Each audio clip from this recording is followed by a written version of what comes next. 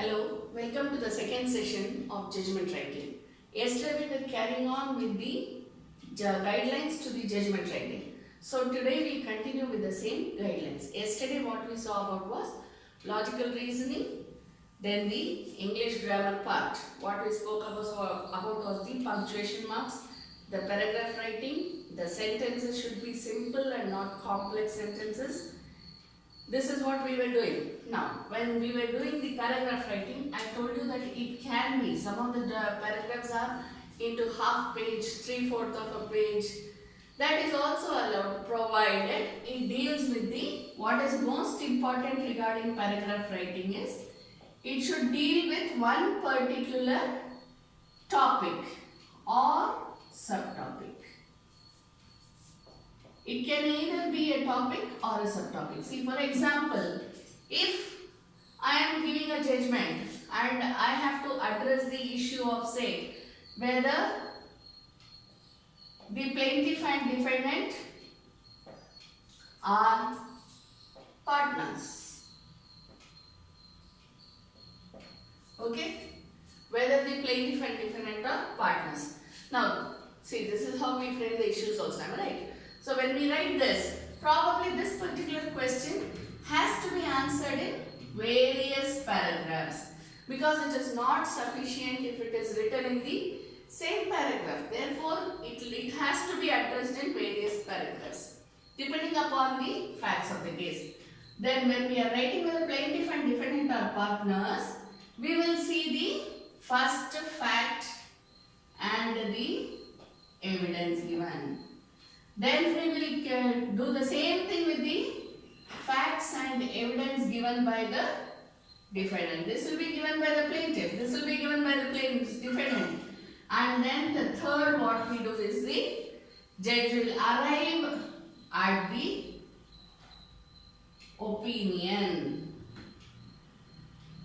When we are writing judgment, this is how it happens.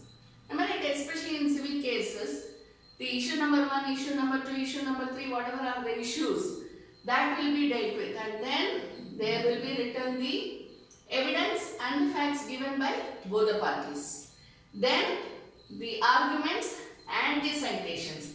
Probably in between you can include that also. The arguments and the citations provided by both the parties. Right? And then you arrive at opinion. Clear? So when you arrive at opinion, what will be taken into consideration? Obviously the balance of facts and then the arguments and citations, and then the next would be whether the plaintiff's arguments and citations are good in the sense sufficient, okay, or whether it is the defendant's arguments and citations. So when you are writing one paragraph, and when I say that the paragraph should be based on a topic or a subtopic, how will you write a judgment? It will be based on the facts and evidence given by one party, then the facts and evidence given by the second party, and then the arguments and citations of both the parties, and then which one would you as a judge hold good? And of course, the reason. Clear? The reason for that. Therefore, I arrive at so and so opinion. Based on the observations that I have done regarding this particular issue, I arrive on so and so opinion. Clear? So this is how the paragraph will be written for each issue. When you are saying issue, when it is a civil case, you say it's an issue. When you come to the criminal offences, criminal cases, then you deal with each charge separately. Whether it has been proved, the criteria is the same. The logic is the same. How you write is the same. Only thing, the subject matter would be different. Clear? Then we go on to the next point. There's a sixth point.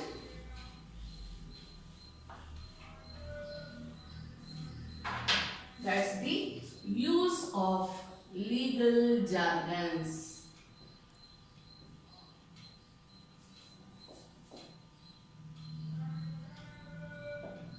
we have the habit of saying, okay, et al. We have the habit of saying prima facie. I mean, as lawyers also we use all these terminologies. We say ipso facto, locus standi. There are so many like these. Am I right? When we have the legal jargons, we have so many legal jargons. Right? I mean, we know what is tort. So in tort you have so many things like this. Right? So when we write all these things, when I say paragraph should be smaller or it should be shorter, it should deal only with issues, and I say it should be simple language, the vocabulary should be simple. I have given you all these details. But when I say that it should be a simple language, it should not be flowery.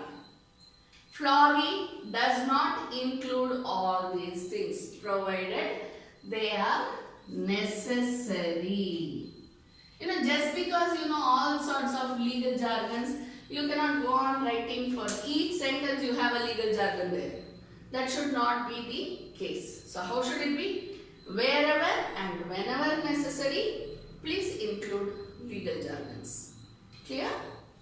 So that it can make the judgment logical and it can also be understood by the parties. Okay?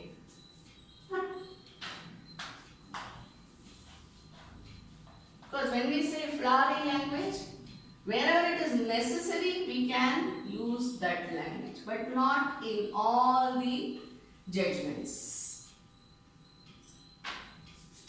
7th one.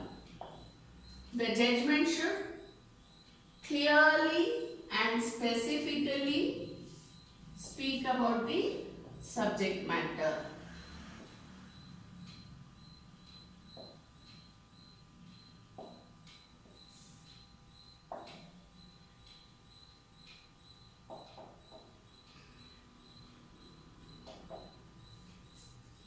This is as simple as that.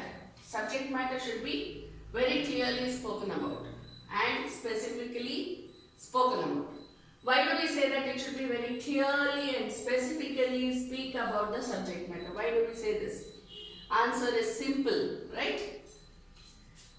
So that there cannot be any review or revision or appeal. I mean, the chances are minimized. That is what I mean to say. The chances for going on review, revision or appeal is minimized when the subject matter is clearly and specifically spoken about. Again, we go back to CPC, CRPC, evidence, all this. Why do we take that? When we say clearly and specifically, we can see that there may be any error. When can we go on a review? When can we go on a revision? When can we file an appeal? Appeal, of course, we can file if the aggrieved party is not satisfied. But what about the review and revision? When can the parties go for this? When there has been an error in the judgment. What sort of an error can we go for in review or revision? What we need is any minor error. What's a minor error? Minor error may be either the facts have been misinterpreted, okay, or the evidence has completely been not taken into consideration.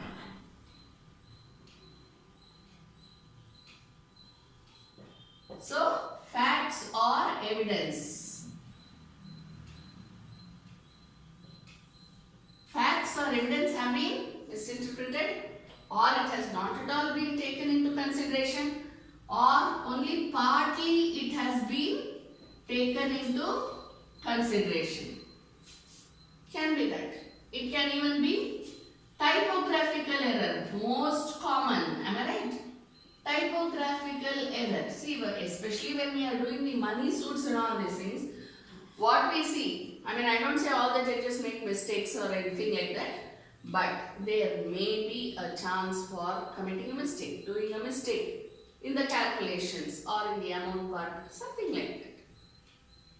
So when there is a typographical error or certain facts have been misinterpreted, certain evidence has been misinterpreted, it has not been taken into consideration, partly taken into consideration, or probably there is a misjoinder of causes of action. There are so many reasons like this.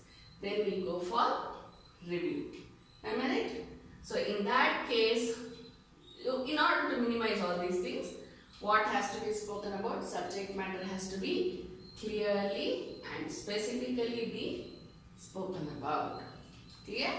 Again, always keep in mind, whenever we are talking about evidence, facts, always remember balance of facts. Clear? Because judgment is mainly based on the balance of facts. Then the next one, the 8th point. Each fact and each evidence, each piece of evidence, whatever it is, should be separately considered.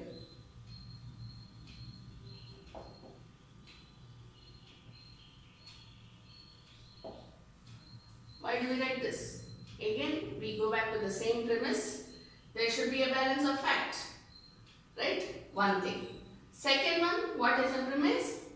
There should be whenever it is a civil case, it should be each issue which is dealt with. If it is a criminal case, each charge should be dealt with. Now, if we do not do this, then how can we say that each fact and each piece of evidence should be separately considered? The premise for this is, when we are writing a civil judgment, first we will say, of course, there is framing of issues. So how do we write the judgment? We write the introduction and then we say, issue number 1.